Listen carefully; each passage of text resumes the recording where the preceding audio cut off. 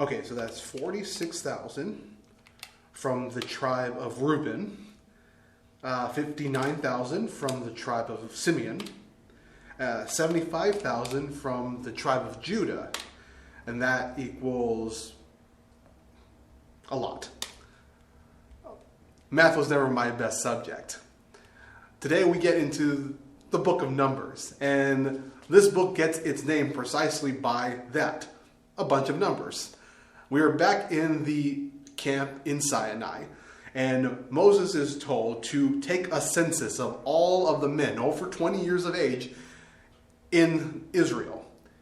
So they go ahead and they get a count of all the people, and then after Moses gets that count, the people are organized around the tabernacle. So the tabernacle is put in the center of the camp. Remember, the tabernacle is the place where God's presence is dwelling, and that's the place where God and Moses would often meet. So you have the tabernacle in the center, and you have all the tribes of Israel surrounding it. So the focal point was always on the tabernacle, always on God's presence.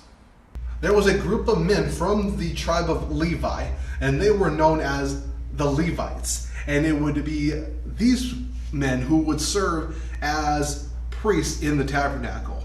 Aaron, Moses' brother, was from the tribe of Levi, and Aaron was designated as the very first high priest.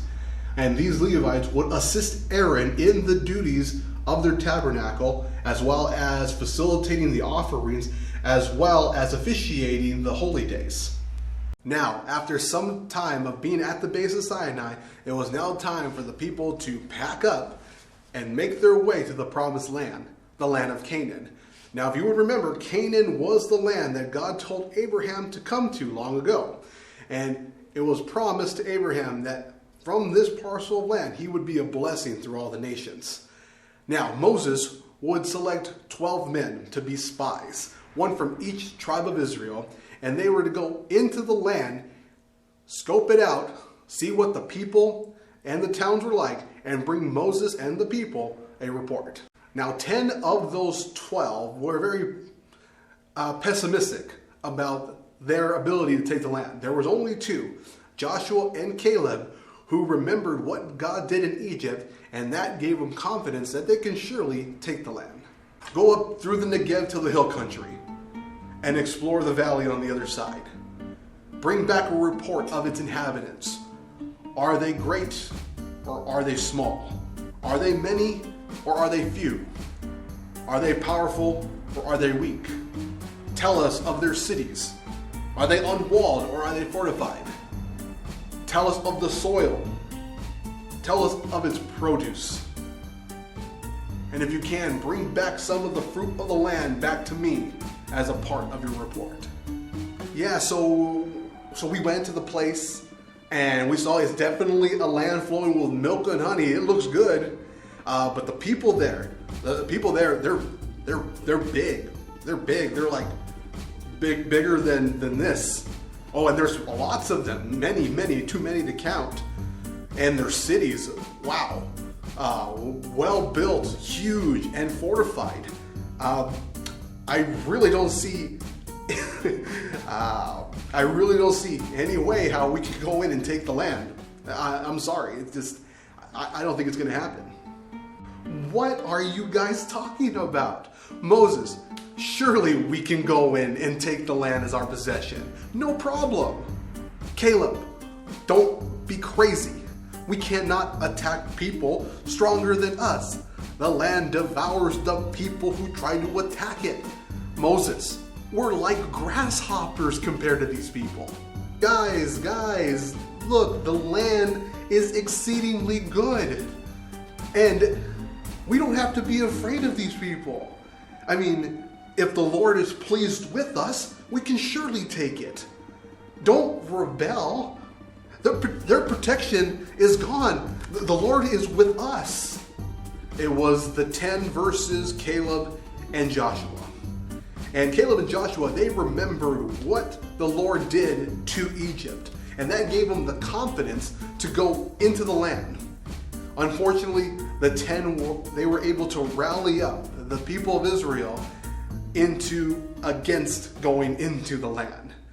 Because the people grumbled and disobeyed God, forgetting what he did for them in Egypt, Moses told them that they would end up spending the next 40 years, one day, for every day the spies were exploring the land, they would spend wandering the wilderness.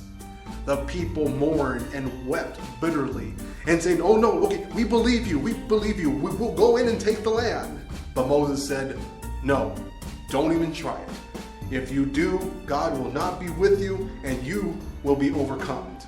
The people didn't listen, and they ended up attempting to take the land by force and were defeated miserably.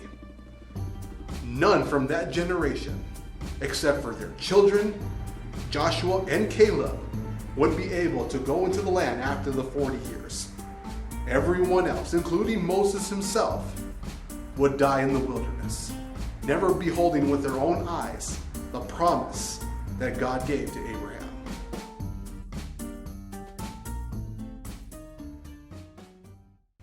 Hey everyone, I just wanted to give you a couple takeaways from the book of Numbers. Yes, I give a little bit of a summary and dramatization of the kind of like the big events and key points of it, but here I just want to give you a couple takeaways.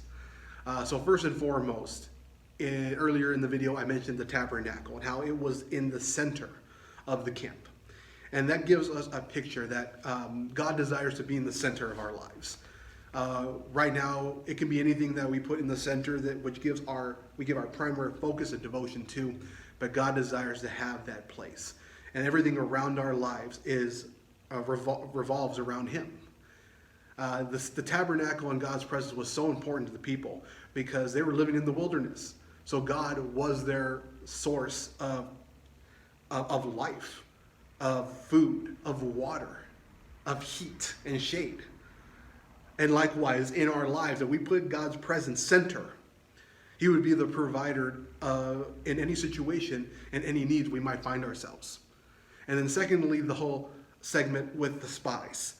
Caleb and Joshua, they remembered what God did for them, and that gave them confidence that God will come through for them in the future.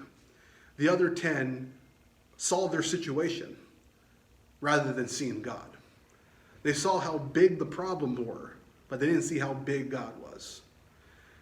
So whatever situation you might find yourself in, it's always helpful to remember what God did for you in the past, because that will give you the confidence to face that in the future. Rather than just looking at how big your problems are and how tiny you might be compared to them, begin looking at how big your God is and how He is willing to go before you and fight for you. So take those with you today. Thank you very much, and we'll see you in the next video.